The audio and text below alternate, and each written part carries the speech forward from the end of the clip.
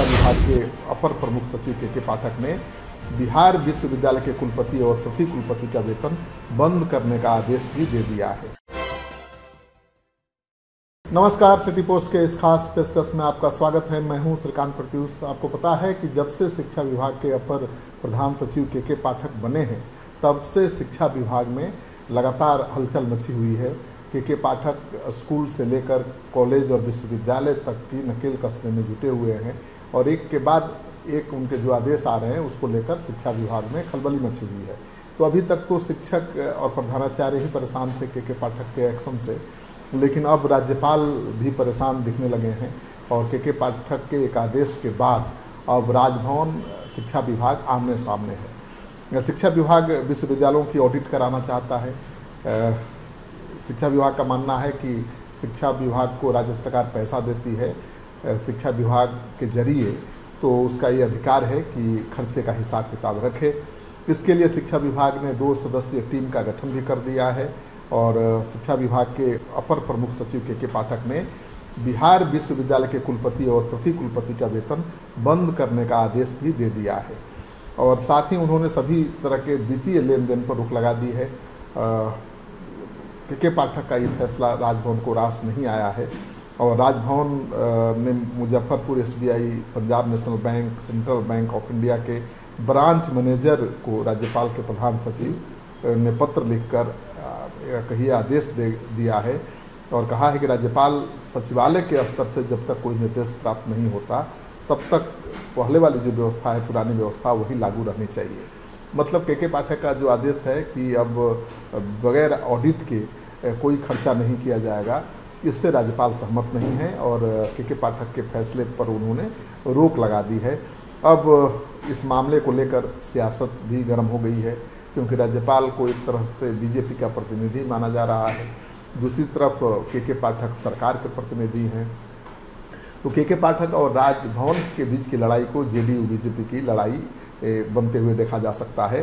पूर्व उप मुख्यमंत्री सुशील कुमार मोदी ने कहा है कि शिक्षा विभाग के मनमाने फैसलों के कारण प्राथमिक स्कूल से लेकर विश्वविद्यालय तक अराजकता का माहौल पैदा हो गया है और स्कूल के हेडमास्टर को मिड डे मील का खाली बोरा कबाड़ बेचकर पैसे जुटाने का फरमान जारी किया गया है और एक विश्वविद्यालय के कुलपति और प्रति कुलपति का वेतन रोकने का आदेश शिक्षा विभाग की मनमानी का ताज़ा नमूना है।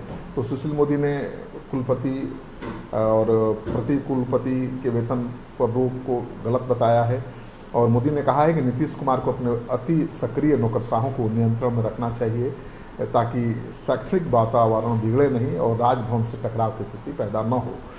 शिक्षा विभाग को कोई ऐसा कदम नहीं उठाना चाहिए, सुशील मोदी सलाह दे रहे हैं, जिससे जो उसके अधिकार क्षेत्र में न हो। उन्होंने कहा कि 4 लाख नियोजित शिक्षकों को राज्यकर्मी का दर्जा देने के बारे में शिक्षा विभाग की अति सक्रियता क्यों नहीं दिखती है, उन्होंने सवाल किया है। उन्होंने सवाल किया है कि शिक्षा विभाग के फैसले अब सरकार और राजभवन के बीच टकराव की तरफ जा रहे हैं, मुख्यमंत्री हस्तक्षेप क्यों नहीं कर रहे हैं। तो आपको पता ही है कि शिक्षा विभाग की कमान जब से के पाठक ने संभाली है तब से हंगामा मचा हुआ है और अब राजभवन और शिक्षा विभाग के बीच जो ये टकराहट है अब राजनीतिक तूल पकड़ता जा रहा है। इसे जेडीयू और बीजेपी के बीच के तनाव के रूप में भी देखा जा रहा है। बीजेपी के प्रदेश अध्यक्ष सम्राट चौधरी ने भी शिक्षकों से कबाड़ बिकवाना, शराब का बोतल ढूंढने को कहना, बोरा बिकवाना और जातीय जनगणना करवाना गलत बताया है। तो शिक्षा विभाग को लेकर बवाल चारों तरफ मचा हुआ है और शिक्षा विभाग के अपर प्रमुख सचिव के पाठक अपने फैसले से पीछे हटने को तैयार नहीं हैं और इस बीच खबर ये भी आई है कि अब ABPP के जो संगठन है, छात्र संगठन है, अखिल भारतीय विद्यार्थी परिषद के छात्र संगठन का एक प्रतिनिधिमंडल राज्यपाल से मिला है और पूर्णिया विश्वविद्यालय के कुलपति रहे प्रोफेसर राजेश सिंह के खिलाफ ज्ञापन सौंपा है। ज्ञापन में प्रोफेसर राजेश सिंह के कार्यकाल के दौरान वित्तीय अनियमितता और धन गबन के मामले में बिहार की लोकायुक्त की रिपोर्ट के आधार पर कड़ी कार्रवाई की मांग की है। तो के पाठक मानना है कि सरकार पैसा दे रही है शिक्षा विभाग को चलाने के लिए, लेकिन जो कुलपति हैं उसका दुरुपयोग कर रहे हैं, खर्चे का कोई हिसाब किताब नहीं रखा जा रहा है। तो उन्होंने कहा कि सरकार पैसा देती है शिक्षा विभाग को और उसका हक है कि अपने खर्चे पर, विश्वविद्यालयों के खर्चे पर वो निगरानी रखे। और निगरानी के लिए विश्वविद्यालय के खर्चे के ऑडिट के लिए उन्होंने 2 अधिकारियों की टीम भी बना दी है और उसको लेकर तनातनी जारी है। अब देखना यह है कि क्या मुख्यमंत्री नीतीश कुमार हस्तक्षेप करते हैं, क्या के पाठक अपना फैसला वापस लेते हैं।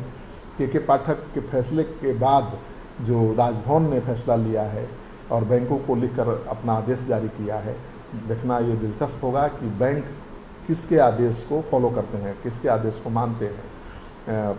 शिक्षा विभाग के अपर प्रधान सचिव की बात को मानते हैं, आदेश को मानते हैं, या फिर राज्यपाल के आदेश को मानते हैं। क्योंकि शिक्षा विभाग के अपर प्रधान सचिव के पाठक ने किसी भी वित्तीय लेन देन पर तत्काल रोक लगा दी है।